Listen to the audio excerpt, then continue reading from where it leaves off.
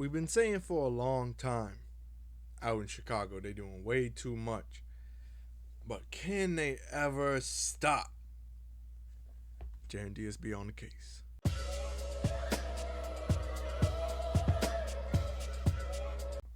Yeah. What's happening, everybody? Jaron DSB back in the building. And we need to have a discussion, my good people. The people of the Commonwealth. The DSB Commonwealth, we need to have a discussion. Some of our members out in Chicago, their lives are in grave danger every single day. Pushing peace in Chicago, can it happen? It can definitely happen. I saw something in the news recently. Rogers Park group calls on gang members to cease fire from 9 a.m. to 9 p.m. Now here's the thing about that time frame, right? They didn't even ask for them not to be shooting during school hours. Give it until 3 o'clock, 4 o'clock at least. They said at least wait till the kids are in school, for sure.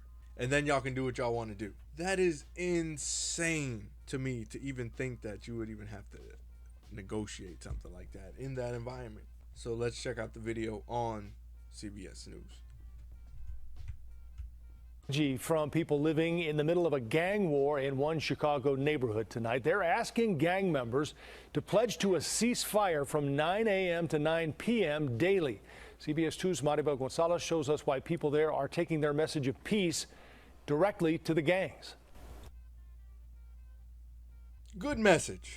Very good message. Very good ask, but you're asking people who already understand what they have to do to set this aside, to die this down. But think about what's at play here. Gang banging goes forward because of back and forth wrongdoing and no one being willing to say, you know what, let's let bygones be bygones and let's go forward. It's a never ending cycle. Hell of a life to live, right? It's not cool.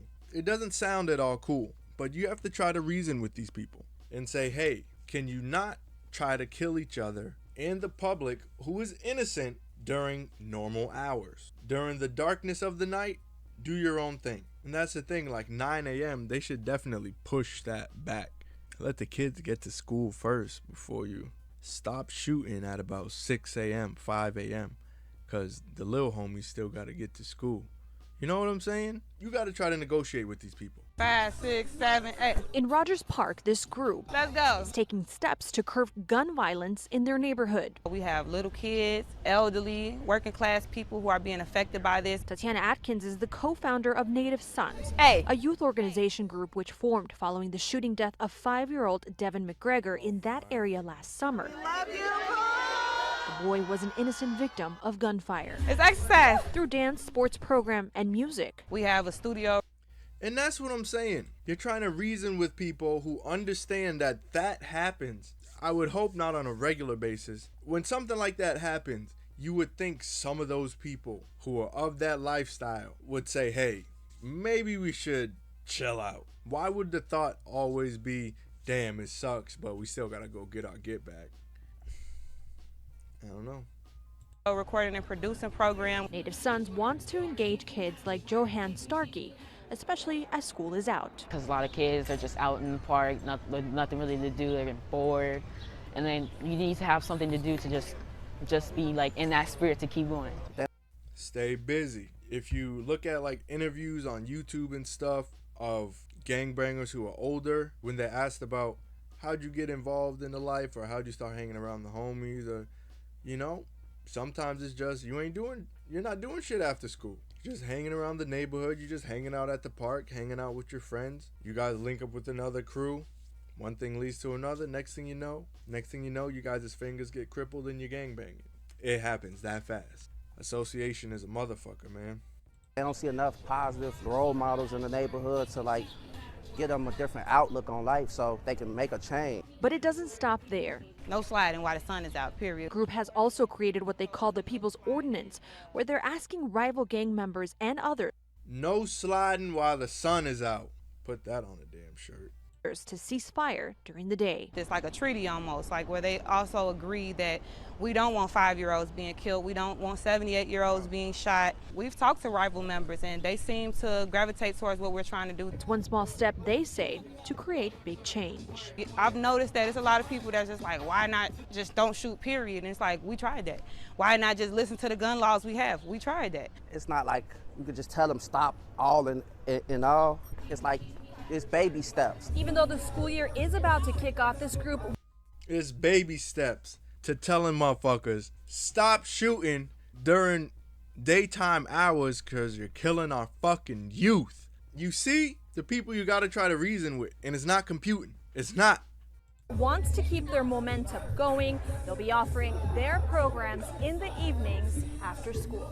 Reporting in Rogers Park, Maribel Gonzalez, CBS 2 News. Like you in the way, Mary Bell, they trying to get their jig on. A popular street fest in Humble. Man, shut the hell up.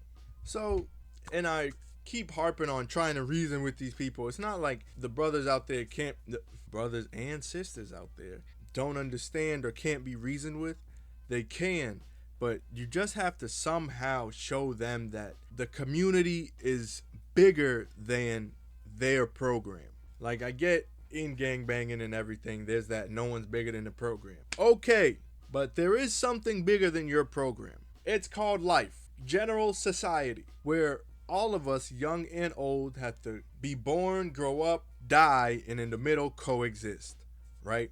We understand that you might have your differences with the other side, but if there's some way where you guys can settle your differences without harming the youth, elderly, working class, that would be much appreciated. And that's just not to Chicago, but the entire United States is getting out of hand. I don't know how you make people understand that there's something bigger than what they already believe in. That's going to be the hardest task. It's like pulling someone away from their religion. It sounds crazy to say that about gangbanging, but that's what it is. You're pulling someone away from their religion when they're 25, 30, 35. Yo, if you 30, 35, still getting in cars, going to shoot at people, you's a dumb bitch. On God, that is the dumbest shit. You need to reevaluate your life. If you 30, 35 and giving orders to younger motherfuckers to go shoot and kill, that whole thing is stupid. And that's what I'm saying. You gotta try to reason with people who think like that. And it's not gonna be an easy task. Like the group said in Chicago, baby steps. And that's all it's gonna be, and that's all you can do. Because, like I said, pulling someone away from their religion is not easy. It's gonna take time. You're gonna have to peel those eyes open and let them see light. What do you guys think? Can this be done in Chicago? Can they push the peace? Can they stop the violence? Can they put the guns down? Can they change the culture? Jaron DSB thinks they can, but it's gonna be a long process. It shouldn't take a lifetime, will it? Let me know in the comments. I'm out.